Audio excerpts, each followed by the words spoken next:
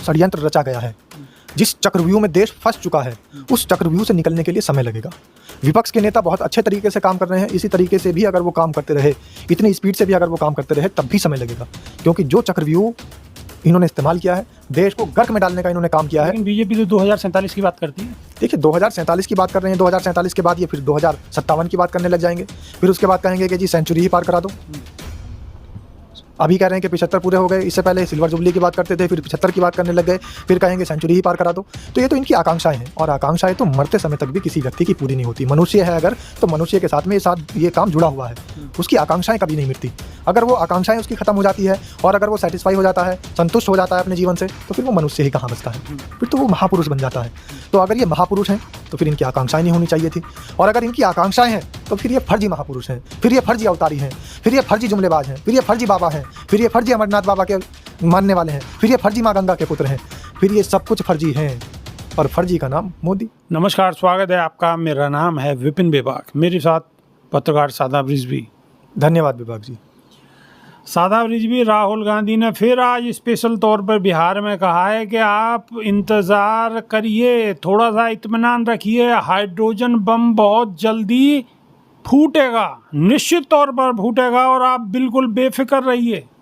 देखिए देश की जनता तो बेफिक्र है, लेकिन सही मायने में जिस तरीके के कांड जनता के साथ हो रहे हैं, तो वो बेफिक्र कहाँ से रहेगी। विपक्ष के नेता अगर आकर कह रहे हैं कि जनता हम आपके साथ हैं, आप बेफिक्र रहिए, हाइड्रोजन बम फूटेगा, एटम बम फूटा है, इसके पहले भी बहुत सारे बम फूटे, लेकिन सरकार के ऊपर क्या फ़र्क पड़ा। क्या आपको याद नहीं है हिंडनबर्ग की रिपोर्ट जब आई थी, कितना घोटाला हुआ था हमारे देश के साथ में। क्या आपको याद नहीं है कि अडानी को बाहर के विदेशी पत्रकारों ने भी ये पूछा कि अडानी को जेल में कब डालेंगे आप मोदी जी, लेकिन गोल गोल घुमा गए थे बात को, और कहने लग गए वासुदेव कुटुंबकम। बात चल रही थी अडानी पर और बात कर रहे थे वासुदेव कुटुंबकम की। तो इस देश के अंदर बहुत सारे बम फूटे भी हैं और बहुत सारे फूटने बाकी हैं, लेकिन सवाल ये उठता है कि क्या सरकार अपनी गलती को कभी स्वीकार करेगी। कभी कोई अपनी गलती को स्वीकार नहीं करता। चुनाव आयोग अगर यहाँ पे नैतिकता की जिम्मेदारी कोई लेना चाहे, चुनाव आयोग, तो आज ही चुनाव आयुक्त को इस्तीफ़ा दे देना चाहिए। और अगर नैतिकता इस देश के अंदर बची हो, लोकतंत्र अगर इस देश के अंदर बचा हो, तो प्रधानमंत्री को तो इस्तीफ़ा देने के बावजूद अपने हाथों को आगे कर देना चाहिए और कहना चाहिए कि मुझे हथकड़ी डाल करके आप जहाँ पर भी जो भी कठोर से कठोर सज़ा हो मेरे लिए, जिसका भी सज़ा का प्रावधान हो संविधान के अनुसार, मुझे उस संविधान के अनुसार की सज़ा को देने के लिए आप तैयार हो, मैं तैयार हूँ भुगतने के लिए, ये बोल देना चाहिए। लेकिन सही बात तो ये है कि कभी भी चोर चोरी करके नहीं कहता कि मैंने चोरी की है।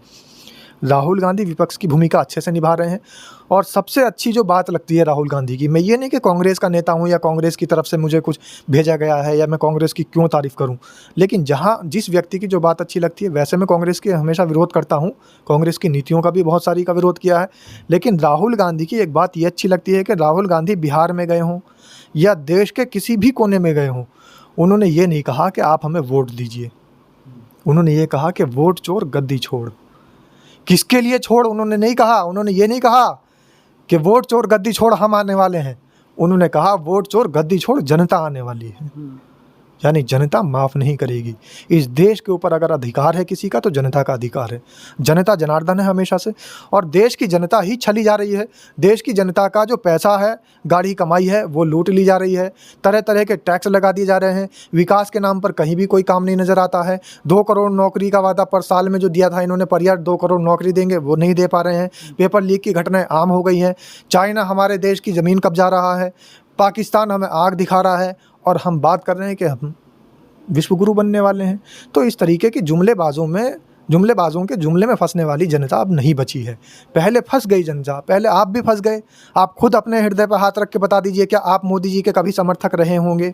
जब शुरू में मोदी जी आए होंगे और उन्होंने इस तरीके से लच्छेदार बातें की होंगी, तो हर कोई व्यक्ति ये चाह रहा था कि यार इस देश के अंदर एक नेता ऐसा भी होना चाहिए। मैं भी कहता था कि वाकई एक नेता ऐसा आया हमारे देश के अंदर कि कांग्रेस की नीतियों से त्रस्त जनता है, और एक नेता ऐसा आया है, अब भारत उदय होगा, अब विकास का पहिया चलेगा, अब सिर्फ देश के अंदर विकास की बात होगी, अब हमारा देश विकासशील देश। शादाब जी, बात तो ये है ना कि अब विपक्ष के नेता लगातार कोशिश कर रहे हैं, लोगों को जगाने की कोशिश कर रहे हैं, लोगों को बताने की कोशिश कर रहे हैं, लगातार जो कर सकते हैं वो कर रहे हैं। इससे अलग उन पे भी क्या है?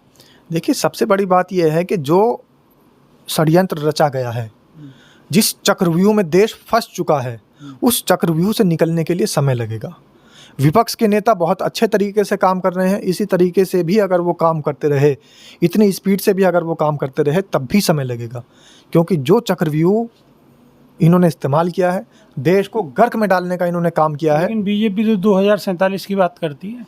देखिए 2047 की बात कर रहे हैं, 2047 के बाद ये फिर 2057 की बात करने लग जाएंगे, फिर उसके बाद कहेंगे कि जी सेंचुरी ही पार करा दो। अभी कह रहे हैं कि 75 पूरे हो गए, इससे पहले सिल्वर जुबली की बात करते थे, फिर 75 की बात करने लग गए, फिर कहेंगे सेंचुरी ही पार करा दो। तो ये तो इनकी आकांक्षाएं हैं, और आकांक्षाएं तो मरते समय तक भी किसी व्यक्ति की पूरी नहीं होती। मनुष्य है अगर, तो मनुष्य के साथ में ये काम जुड़ा हुआ है, उसकी आकांक्षाएं कभी नहीं मिटती। अगर वो आकांक्षाएं उसकी ख़त्म हो जाती है और अगर वो सेटिस्फाई हो जाता है, संतुष्ट हो जाता है अपने जीवन से, तो फिर वो मनुष्य ही कहाँ बचता है, फिर तो वो महापुरुष बन जाता है। तो अगर ये महापुरुष हैं तो फिर इनकी आकांक्षाएं नहीं होनी चाहिए थी, और अगर इनकी आकांक्षाएं हैं तो फिर ये फर्जी महापुरुष हैं, फिर ये फर्जी अवतारी हैं, फिर ये फर्जी जुमलेबाज हैं, फिर ये फर्जी बाबा हैं, फिर ये फर्जी अमरनाथ बाबा के मानने वाले हैं, फिर ये फर्जी माँ गंगा के पुत्र हैं, फिर ये सब कुछ फर्जी हैं, और फर्जी का नाम मोदी। शादाब रिजवी की बातों से आप कितना इत्तेफाक रखते हैं? जो ये कह रहे हैं, कितनी आप उसमें सत्यता मानते हैं? कमेंट के माध्यम से आप अपनी राय अवश्य रखें। अभी के लिए सिर्फ इतना ही। बहुत बहुत शुक्रिया। धन्यवाद विभाग। नमस्कार।